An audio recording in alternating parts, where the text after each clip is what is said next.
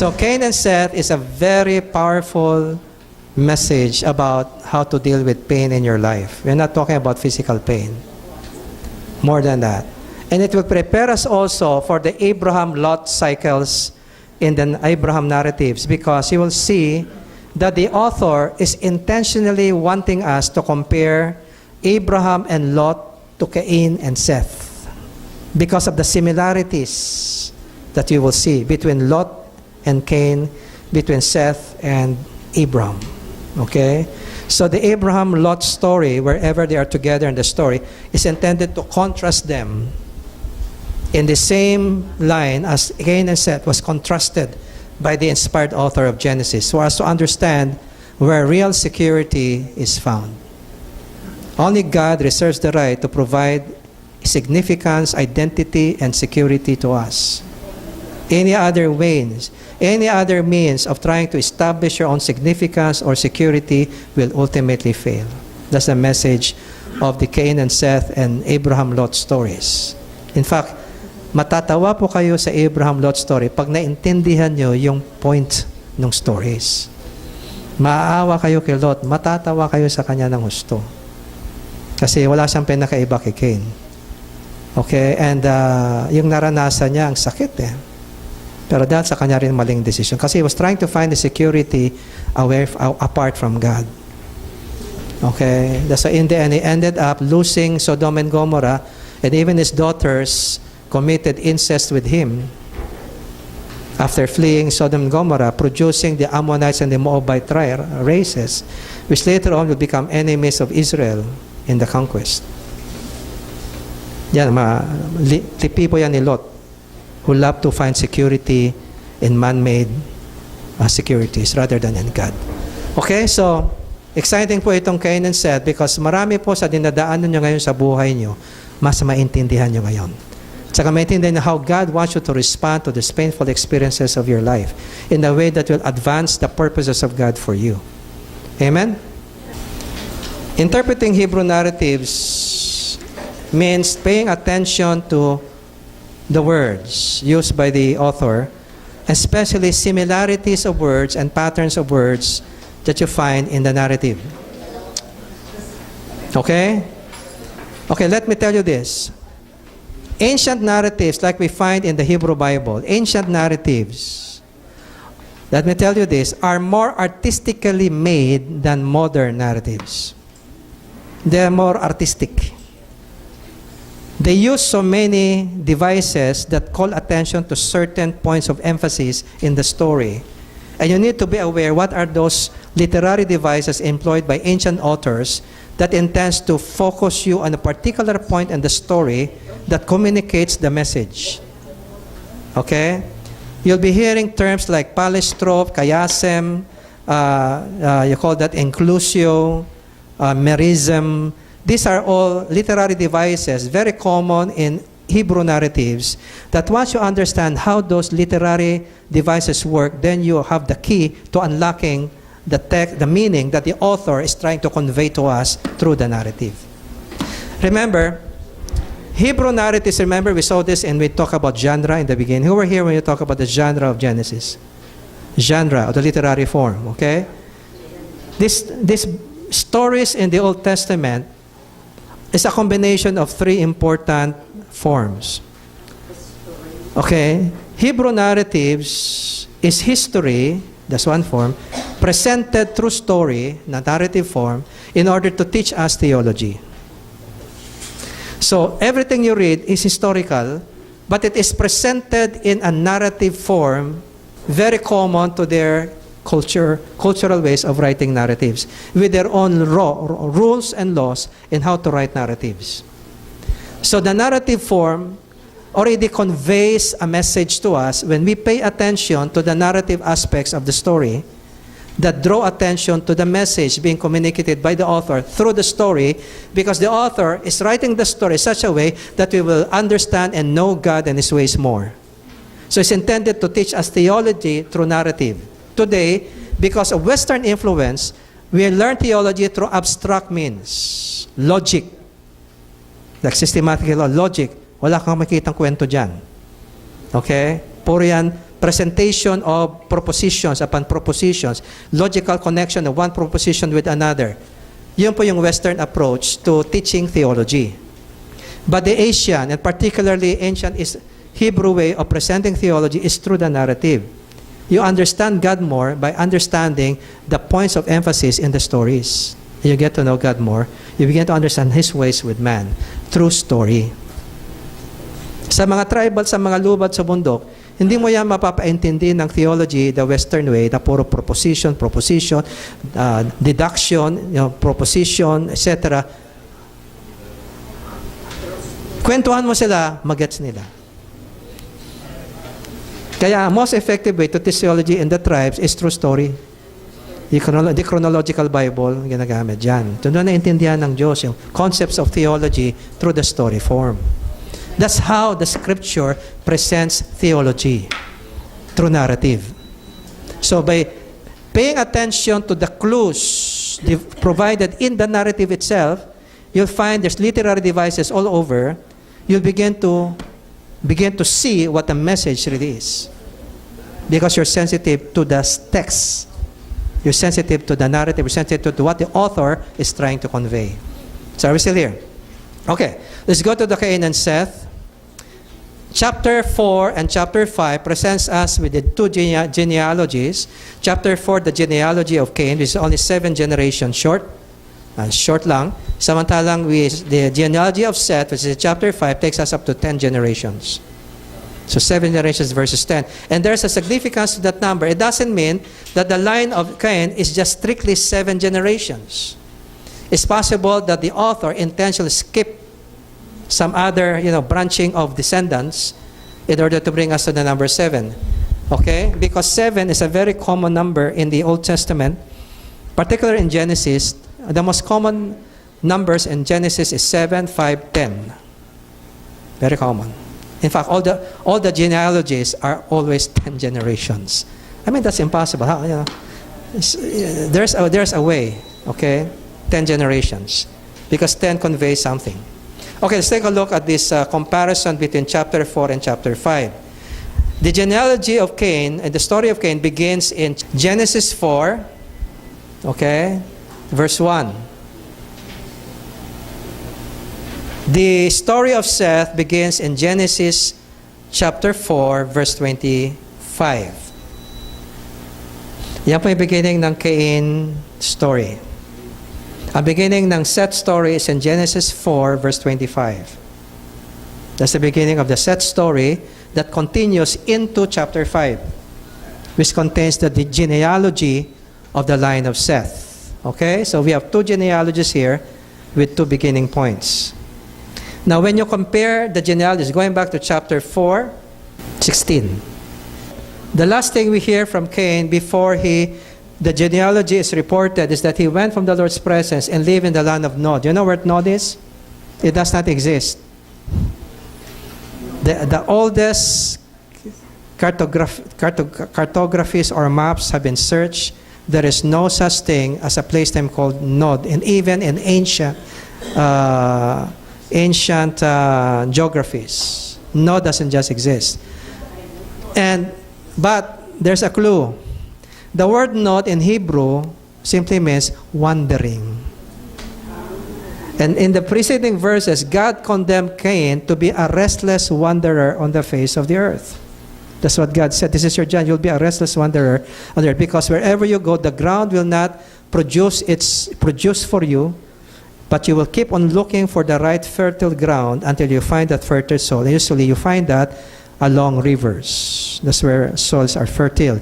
That's why the most powerful civilizations in human history develop beside great rivers. Mesopotamia, Babylon, Tigris, Euphrates, Assyria, Tigris, Euphrates, Egypt, Nile River, Israel, Jordan River, America, many rivers, China, many rivers. Because that's where you will survive. That's where there is water, and therefore you will have productive land. Away from the rivers, from water sources, you're gonna die. And so, Cain has to keep looking for land that will be fertile, and they will find that only along rivers. Okay, and so when the Bible said that that Cain lived in the land of Nod, it's actually a literary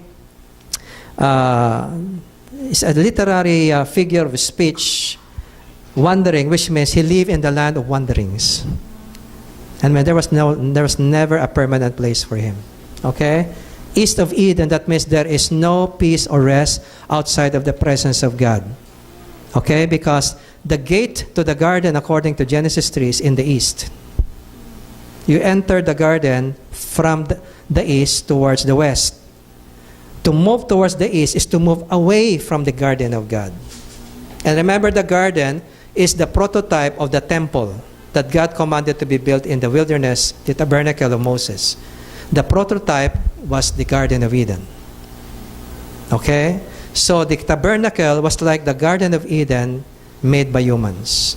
Why? Because God commanded, and later especially the Temple of Solomon, that the image of the cherubim and trees be placed inside the tabernacle. Trees and cherubim. What does that remind you of? The Garden of Eden. And in the gate, you have cherubim with a flashing sword at the gate, at the east gate. Okay? So all of these was the model of the tabernacle, was the Garden of Eden. Okay? So to live east of Eden, to move towards the east, is to be away from the presence of God.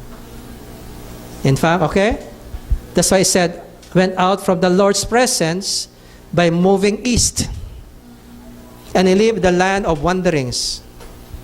There is no peace, no rest for those who are away from the presence of God in the end. Okay? So that's the idea there being conveyed by the author. Okay. So, next verse is what we find. The genealogy starts. Cain lay with his wife and she became pregnant and gave birth to, you know what Enoch means? Dedication. Because Cain was going to build a city.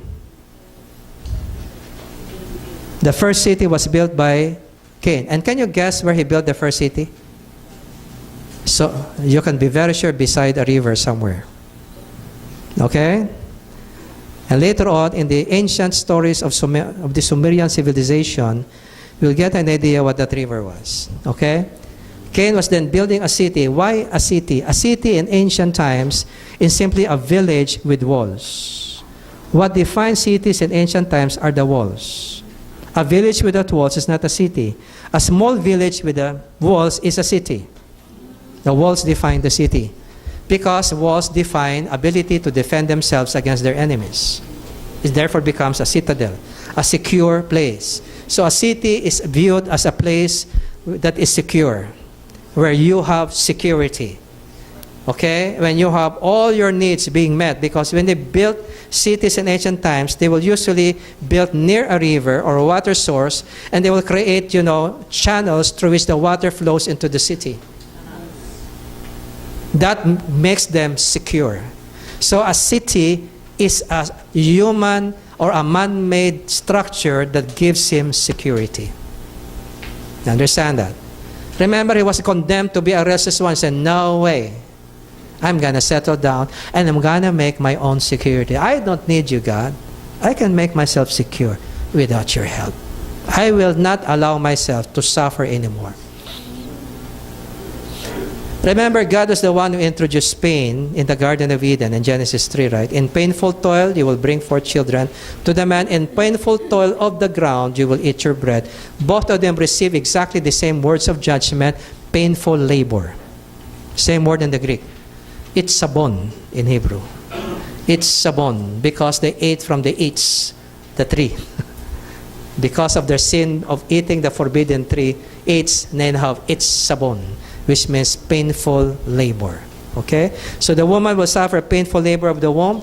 The man will suffer painful labor in the ground. Because he's designed to work to meet needs. Now it will be difficult to meet needs because the ground will not be cooperative with him anymore. The woman has to be the mother of life. As Adam will call him Eve, which means the mother of all life. Okay? But even in mothering life, it will be difficult for her.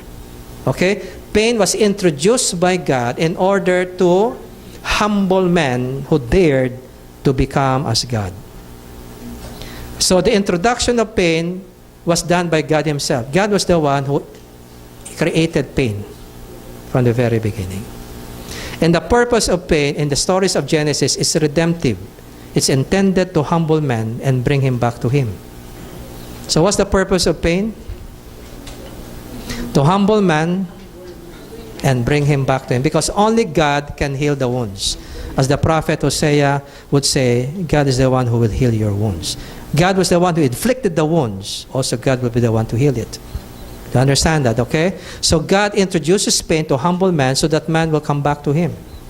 You understand that, okay? Now, you see, the problem with Cain, because he killed his brother, God condemned him to be a restless wanderer because the ground will be cursed because of you. You will never find enough fertile land for you to survive, but you'll keep wandering and wandering until you find your fertile place. And when Cain did find a fertile place, he decided to create his own security by building a city. How many have heard of the Sumerian civilization? Ancient Sumeria. Ancient Sumeria was a civilization that became known because of a vast number of clay tablets that were discovered in Mesopotamia, Mesopotamian Valley. The Sumerian library contains thousands of clay tablets that have been preserved in the ground for thousands of years. And when they began to discover these ancient tablets and started to understand the language and begin to translate, they discovered that the Sumerian tablets talk about the civilization before the flood. And that according to the Sumerian tablets, they were the first civilization after the flood. In other words, the descendants of Noah became known as the ancient Sumerians. And Sumeria is linguistically connected to Shinar in Genesis chapter 10, where all the descendants of Noah went and tried to settle down and build a tower and the first city after the flood. Okay? The first city before the flood was built by Cain. Now, what is most interesting, in the king lists, in the Sumerian tablets discovered there in Iraq, they discovered a list of kings and cities before the universal flood. And according to the Sumerian list, the first city that was built before the flood was the city of Irad.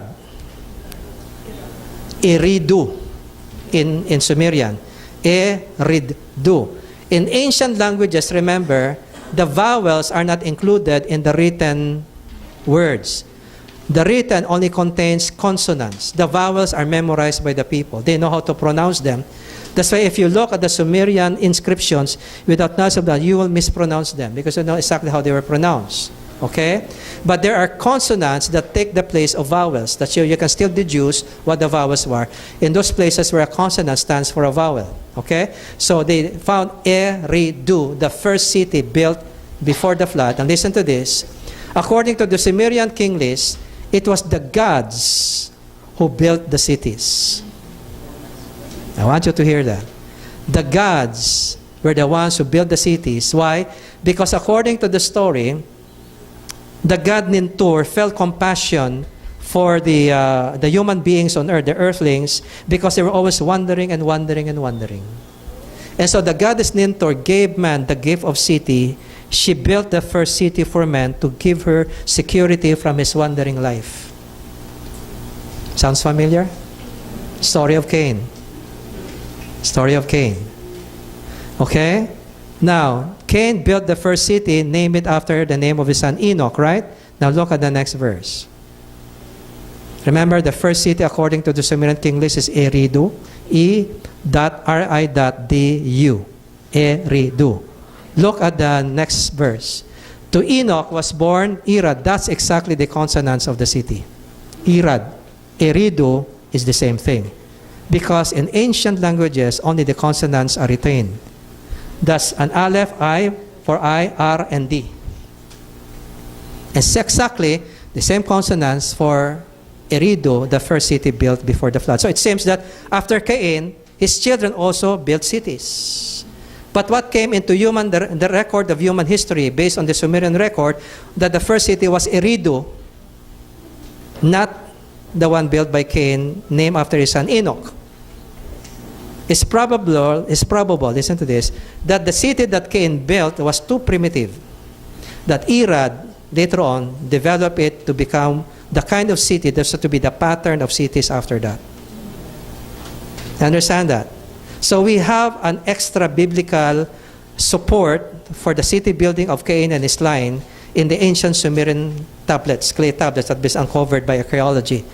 So the first city was Eridu, okay, who is of course the grandson of Cain. And they say it is the gods who build the cities. Who was Nintur? Ayan, very good question. Remember this, from the most ancient of times, great heroes in the past were deified, even until today. The great heroes usually get deified. Ginawang Diyos. Okay, yung mga great heroes of the past. Okay, so in ancient civilization, that was also very common. So looking into the story of Cain and the story of the Sumerian tablets, you begin to see a lot of correspondence there, that Cain was a restless wanderer before he built the first city. In the Sumerian stories, the man was wandering aimlessly on the earth, and the goddess felt pity on man. That's why he instructed them and start building cities for them, so they will be secure in the cities. The city is a man-made structure that guarantees his security apart from God. Because in the city, everything you see is the creation of man. Everything man-made. Man is the glory of the city. And the city is the glory of man. His capability to meet his own needs without the need of the gods. The gods are just means to an end. You give them food, so they bless you with everything you want.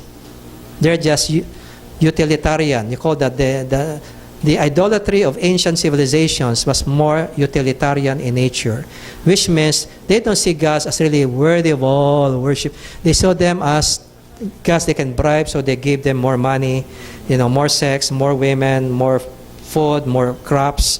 The gods were just means to an end. So that's why the gods do not determine their way of life. Only Yahweh, of all the gods who revealed himself in history, the only God who revealed himself, the other gods are man-made. The only God who reveals himself, Yahweh, shows that he is a God who demands holiness. If you don't become holy, at ano pang sakripisyo sa akin, I will not listen to you. All the gods of the nations did not require holiness. So the people continued to be in their sinful ways and still get blessings from their God. Okay, that's why very convenient ang idolatry. Kasi you don't have to change yourself for the God to favor. Bigyan mo lang siya ng material gifts, i-favor ka na niya. Di mas attractive. Tama? Kasi kay Yahweh, kailangan banal ka, kung hindi, you will be cursed. Ayaw nyo yun. Kaya doon na lang tayo sa ibang gods, wala nang demand. Bigay natin gusto niya, bigay niya gusto namin. Offering lang naman yan, pagkain lang yan. Yeah? You got that? Okay. Now, idolatry did not begin with the Tower of Babel, it began with Cain. As we see that later on, these builders of cities became deified because according to the Sumerian tablets, gods built the first cities. So later on, they were known as gods. Okay, now, in fact, it's very interesting that in the very narrative of Cain compared to the narrative of Seth, you will discover one thing. Let's look at your outline right now. The line of Cain employs words that indicate that the line of Cain is to be understood as a line of gods. Because there's a lot of creator language in the description of the story of Cain down to his genealogy. We will see that in a while. While in this line of Seth begins in chapter 4, verse 25 up to chapter 5, you will notice that in the genealogy of Seth, there is more use of creature language. While the line of Cain contains a lot of creator language. Which means that the author of the narrative wants us to understand that the contrast between the line of Cain and the line of Seth is that the line of Cain is to be viewed as men who saw themselves as gods. While the line of Seth were people who acknowledged God and became worshipers. I want you to see. It's very clear in the narrative, okay? For example, let's compare the names in both narratives. Can you see the note under your handout? You see the note under your handout? The parallelism between the two genealogies is evidenced by the similarity of names. In the line of Cain, there's Cain. In the line of Seth, there's Kenan. In the line of Cain, there's Enoch. In the line of Cain, there's Enosh. In the line of Cain, there's Mehujael. In the line of Seth, there's Mehalalel. In the line of Cain, there's Methushael. In the line of Seth, there's Methuselah. Binaliktad lang. In the line of Cain, there's Irad. In the line of Seth, there's Yared. You see the similarity of names in every generation. Okay? And not only that, the two genealogies are meant to be cared because in both genealogies, there are Enochs. There is an Enoch of Seth and there's an Enoch of Cain. And both also contain Lamechs. There's a Lamech of Cain and there's a Lamech of Seth. Lamech is the last in the genealogy before the three sons, Jabal, Jubal, and Tubal-Cain. While the Lamech of Seth has Noah as the firstborn, okay, son, okay? So the end of each genealogy ends with the Lamech with sons. Line of Seth, Lamech, whose son is Noah. So both contain Enochs, both genealogies contain Lamechs. Another interesting thing, in the Enoch of both genealogies, there is a short narrative about the person. What's this? Only those two Enochs have a short narrative describing the person's life. And in both stories, only the two Lamechs get a speech. The only persons in the genealogies who has a speech in the story is the two Lamechs. Is that coincidental? The similarity of names, two Enochs, only both Enochs get a short story, and both Lamechs give a speech. Is that coincidental? Okay? So let's take a look at the narrative about Enoch in the story of Cain. Okay? Okay, can you go to verse 17. Enoch is associated with what story? The building of the first city. Right there. It's named after him. So Enoch here has a story that his father Cain built a city, named it after him. You go to Enoch of Seth. Again, we have a story for Enoch of Seth, verse 22 up to verse 24. All the other names, there are no story given to them. Only two. Enoch here and Enoch there. No, Genesis chapter 5, verse 22 to 24. Yeah. Enoch, what with God, 300 years, and that other sons and daughters. Next verse. Next verse. So there's a short story for Enoch in both genealogies. No other names has a short story attached to those names. Only one. Enoch here and Enoch here. In both stories, only Lamechs get the speech. In Lamech, in the line Lamech of Cain, let's take a look at verse 23 up to verse 24. This is Lamech of Cain giving a speech. There. He's speaking. And it talks about violence. In order to respond to pain, he responds to pain inflicted to him by a young man by killing the young man. So the response to pain is violence, right? Now let's take a look at the other Lamech in the story of, in the line of Seth, okay? Verse 28 up to verse 28 to 29. Chapter 5. The Lamech of Seth. Ito, in the line of Seth, there's another Lamech. 5 verse 28 to 29. When Lamech had lived 110, he had a son. Para katulad rin ng Lamech, tatlo ang sons. Next, he named him Noah and said he will comfort. See, may speech din siya. He resolves pain by hoping in God. The speech of Lamech of Cain reveals that the Lamech of Cain resolves pain by killing, by violence. The Lamech of Seth resolves pain by putting his hope in God through his son Noah. as the carrier of the rest that comes from God. That only God can give us relief from pain. The line of Cain said, no! We bring relief by pain by getting even. Line of Seth, no. We get relief from pain by hoping in God. You see the difference between the two? Okay, you will see even more that the contrast between these two lines if you look at the details of both genealogies. Let's go back to our outline. The birth of each son already announces to us the character of that particular line. The statements of Eve in both beginnings of the two stories already present to us the theme of those stories by presenting to us the character of the descendants to come. Let's take a look at the birth of Cain.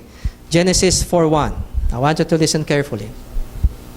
Kasi both genealogies or both stories begin with a remark of Eve about the name given to the son. The two stories of Cain and Seth begin with Eve's speech about the son. Okay?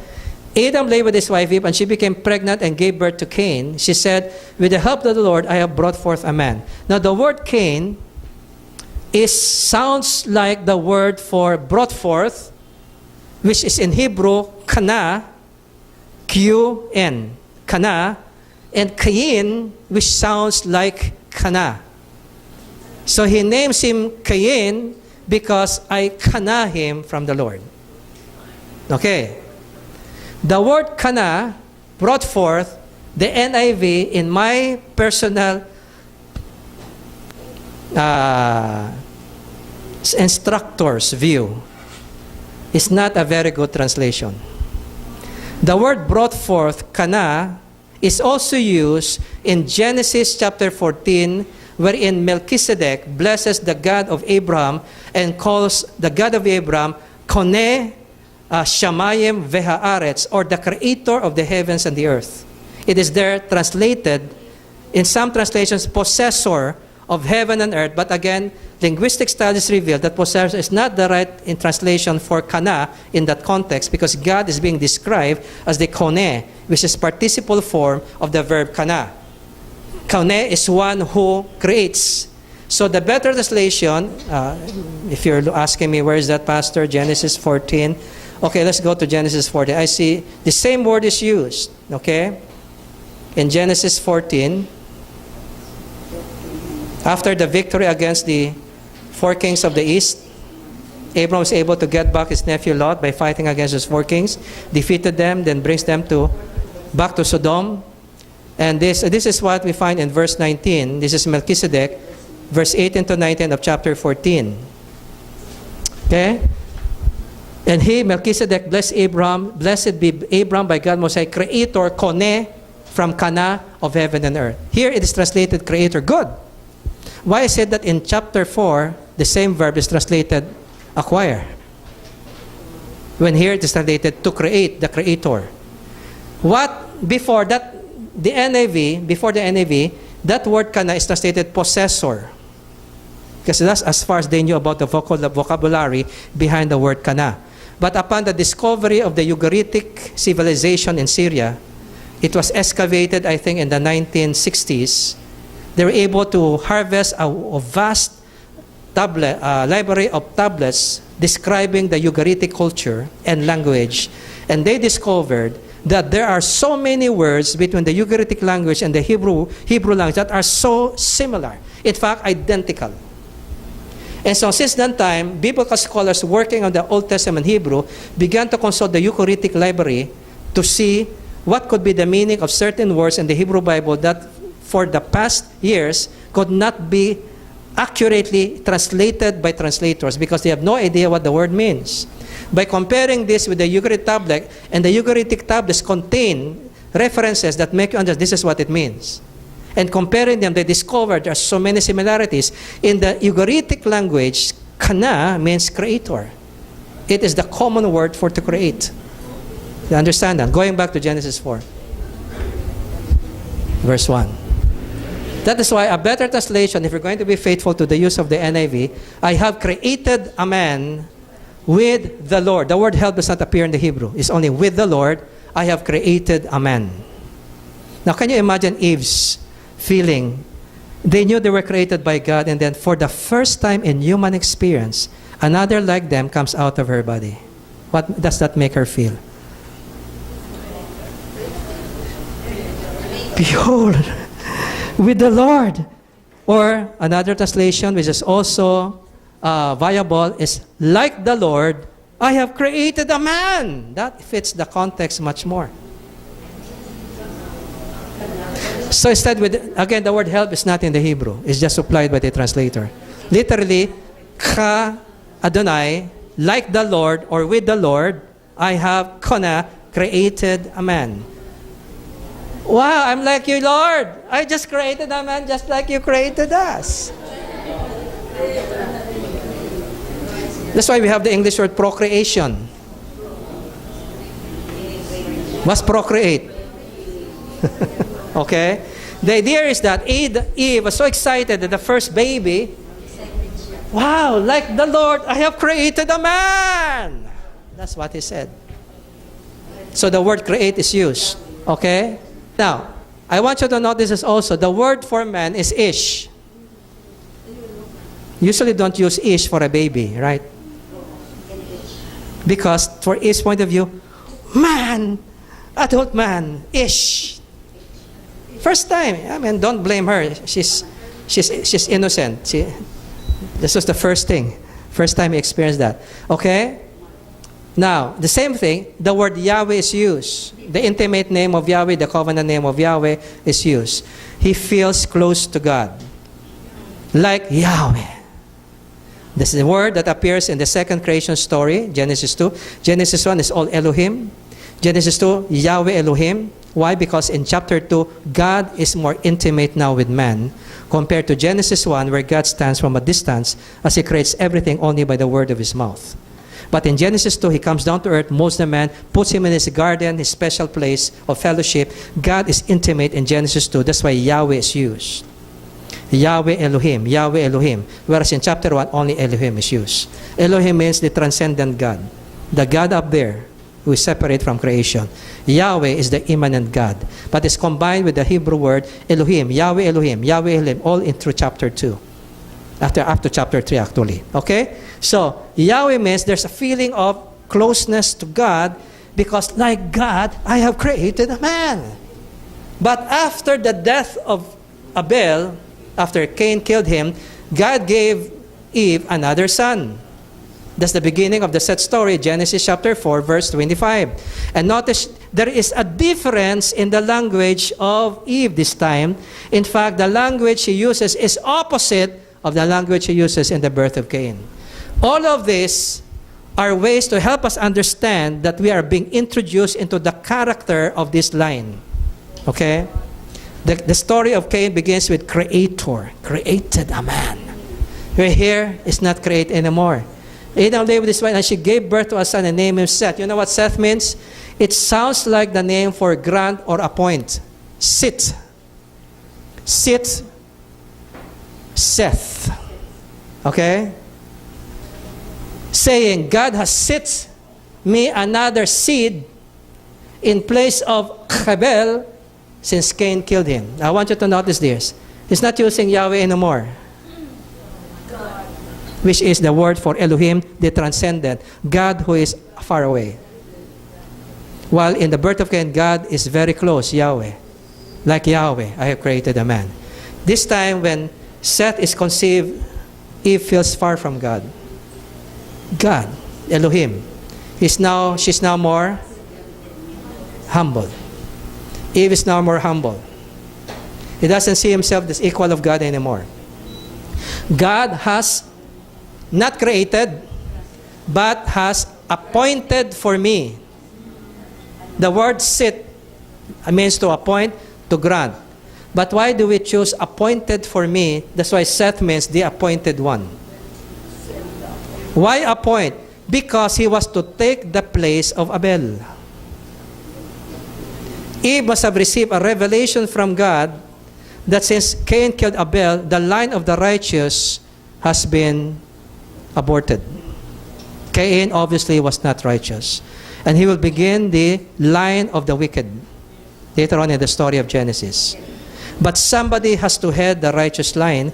Why? Because God gave a prophecy to the serpent in Genesis 3:15 that the seed of the woman shall crush your head. Obviously, that's not coming from Cain's line. Because the Cain line already belongs to the serpent. Understand that? Remember the story in Genesis 4? We discussed that. The serpent outside is now inside of Cain. Okay? So we find here, there's now a hostility between you and the woman and the seed of the woman. The cross, obviously not the line of Cain. So Eve understood that this son is going to be the replacement, the substitute, the one that is appointed to become the head of the righteous line from which the seed of the woman shall crush the head of the serpent one day. Do you understand this? Okay? So here, Eve is humbler than when he gave birth to Cain. Number one, he looks to God now as somebody to hope in, rather than being proud, you created a man like Yahweh. Now God has appointed for me. The word is used is seed. Child is seed. Say it's seed. In the story of Cain, he said, Ish, I created a man, Ish. Here, God has appointed to me another seed. You know what seed means? It's the Hebrew word zerah, where you get your English word zero. Zero in drawing looks like a what? It's a seed. It is the seed of numbers. Because the word zera in Hebrew means seed. Okay? Zera, the seed, implies hope. Because a seed is intended to multiply. You understand this? He sees Seth as a seed because much more will come from him, because he understood this is God's appointed one. The one who will head the righteous line that will later on will crush the head of the serpent. Understand this? Remember what God said to Abraham? In thy seed. Abraham is the descendant of Seth. Down through Noah, Shem, and Abraham. In thy seed shall all the families of the earth be blessed. You understand this? Okay? Now, so the story of Eve, she's Eve as more humble and putting her hope in God. Seed, not Ish. While in story of Cain, he's the proud mother. Like Yahweh, I've created a man. Now, I'm not saying that the character of the mother at birth defines the character of the children, okay? But obviously, in the story, it does look that way, okay?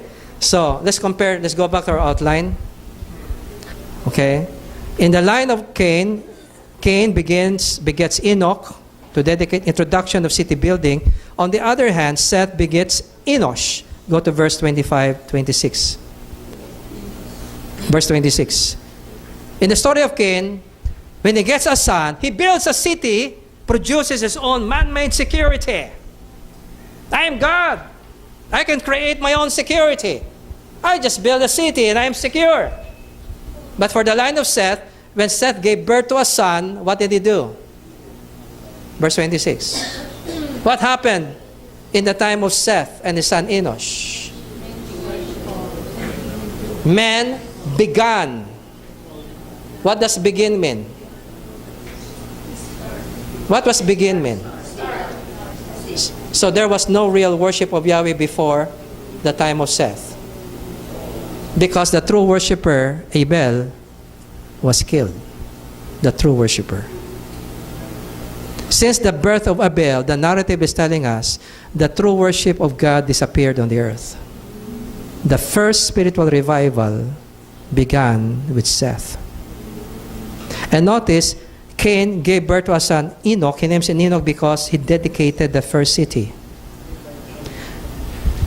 Seth gave birth to Enosh. You know what Enosh means in Hebrew? Weak human being.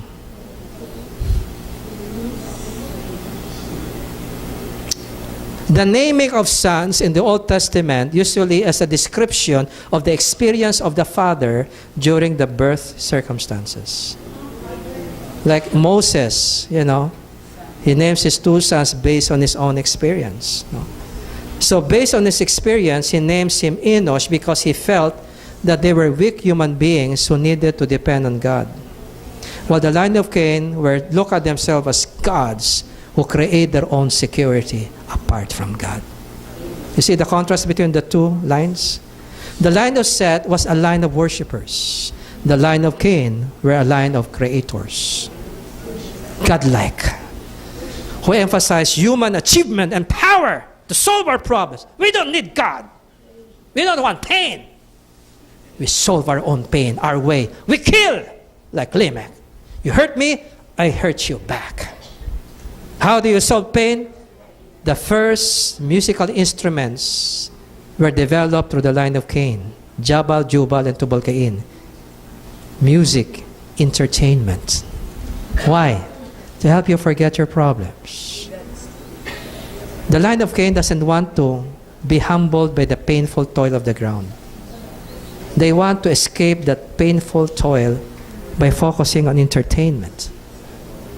I solved my problems my way. I don't want to allow pain to humble me and bring me back to God.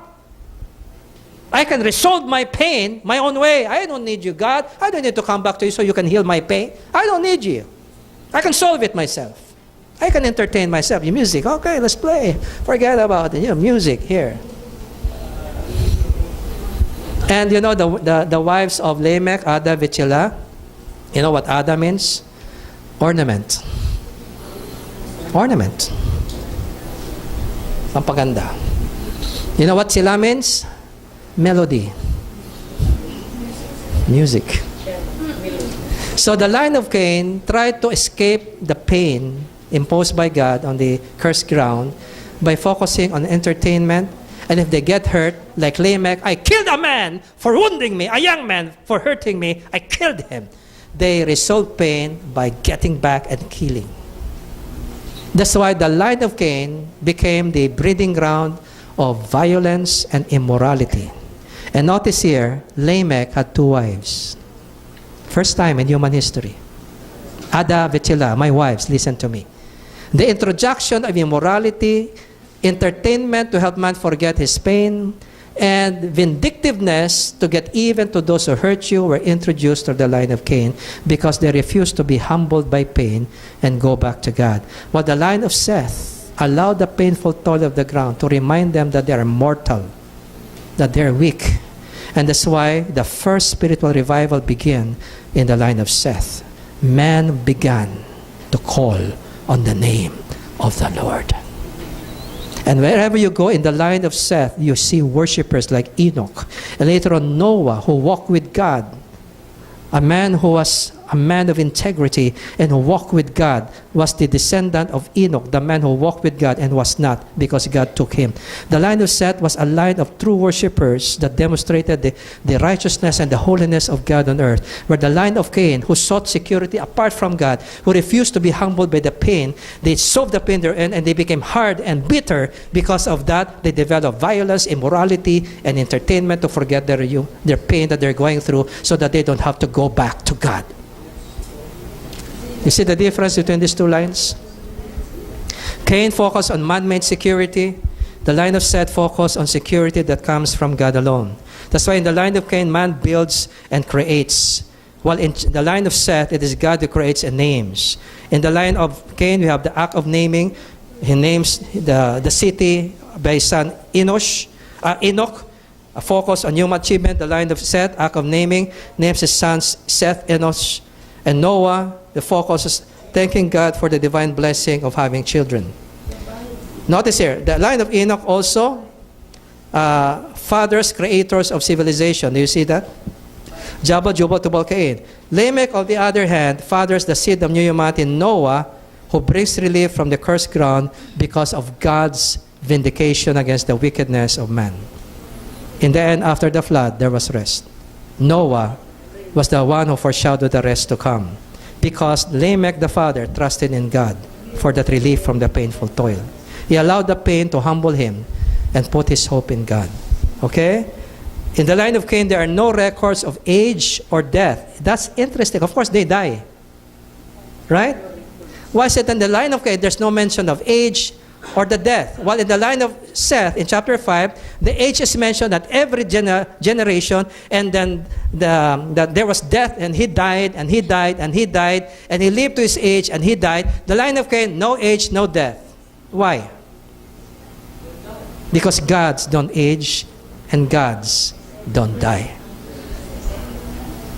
It is a narrative technique that is intended to get the attention of the reader to understand that the line of Cain is being depicted as a line of gods, creators, who create their own security apart. They don't need God. They make their own security. They're gods to themselves. That's why violence, entertainment, and immorality proceeds from them. What is immorality? Forgetting your problems by having physical pleasures. Diba? The more stress, the more need for... That's exactly it. That's how they find resolution to the pain. They run away from it. They don't face it. And find substitutes. And they get back. Instead of allowing that pain to humble them, they fight back and hit back hard. Look at the world today. Does it look like Cain or Seth?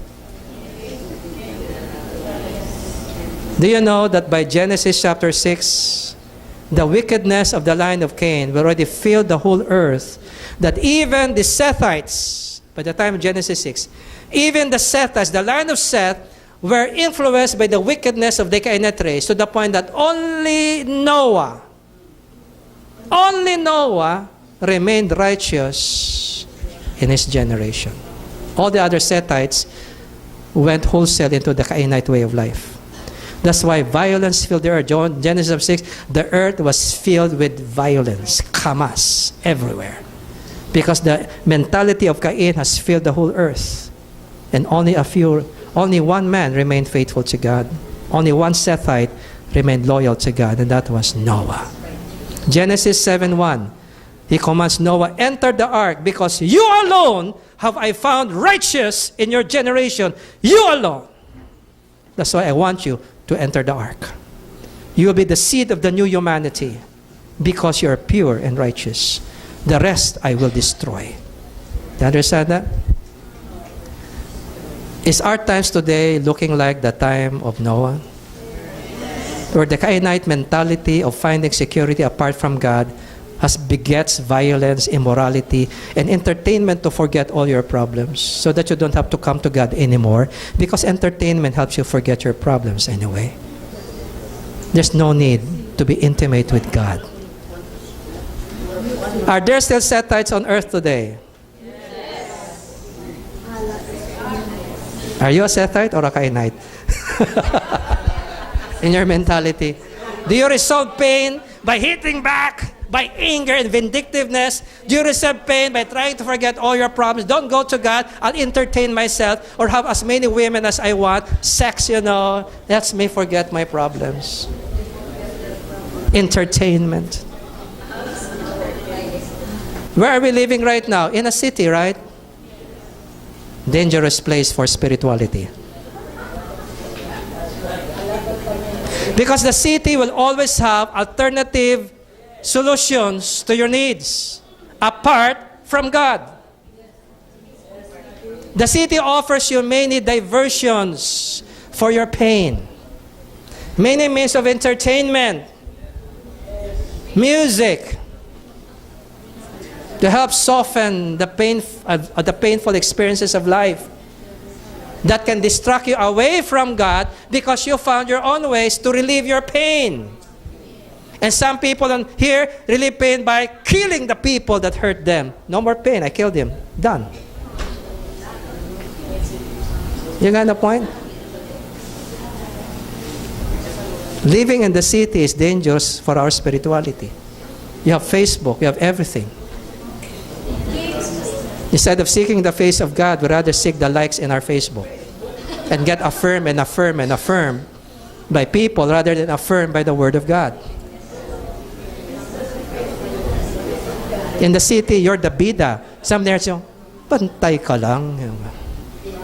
Cainite mentality. Instead of trusting God for your vindication and humbling yourself, allowing that painful experience with this person to humble you and bring you to God, you take it on your own and you fight back. Where's God there? Where's God there? Where's God the vindicator? Forget about Him. Because in the city, you are trained to find security your way. Solve it your way. No need God.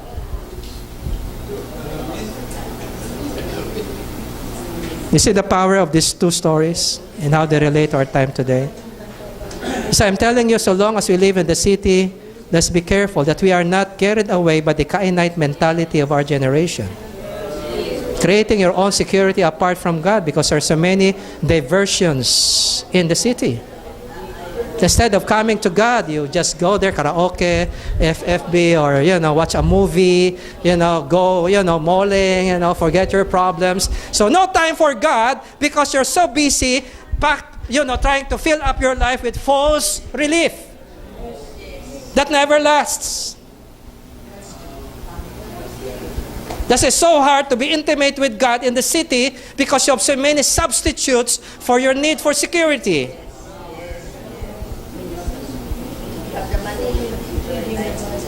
Once you understand this concept, you will understand later on the contrast between Abraham and Lot, which is like Cain and Seth again.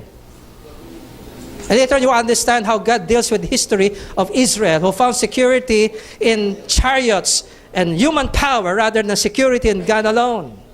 You find the story unfolding throughout the history of Israel.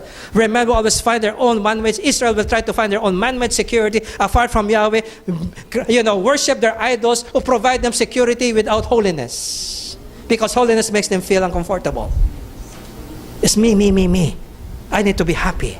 With Yahweh, I have to be holy, hard, before He blesses. These guys bless me just giving them food. They bless me. No need for holy. All for my convenience. The Cainite mentality pervades the history of Israel. That's why God finally destroyed it. And He exalted men like Adam, like David, who found security in God alone. Abraham, who found security in God alone. They are the Sethites in the history of Israel, who became the channels of hope for Israel, the Sethites. Understand that? Let's come to God today. And you need to ask yourself right now this question. Where is your source of real security now in your life? Is it your bank account? Is it your ministry? Is it the wealth that you possess? Is it your popularity? Your talents? That are now your source of significance and security apart from God. Anything that gives you false significance and security will corrupt you. Any security that is not from God is bound to corrupt you. Where your treasure is, there your heart will also be. Do you find yourself calling on God most of the time and depending on Him? Do you find yourself spending time with God and talking to Him even through the day because you find your greatest joy in His presence? You find your greatest security in His presence. If not, maybe you are finding your security somewhere else, and thus becoming the treasures of your heart instead of God. And you know that God will never stand a rival in your life.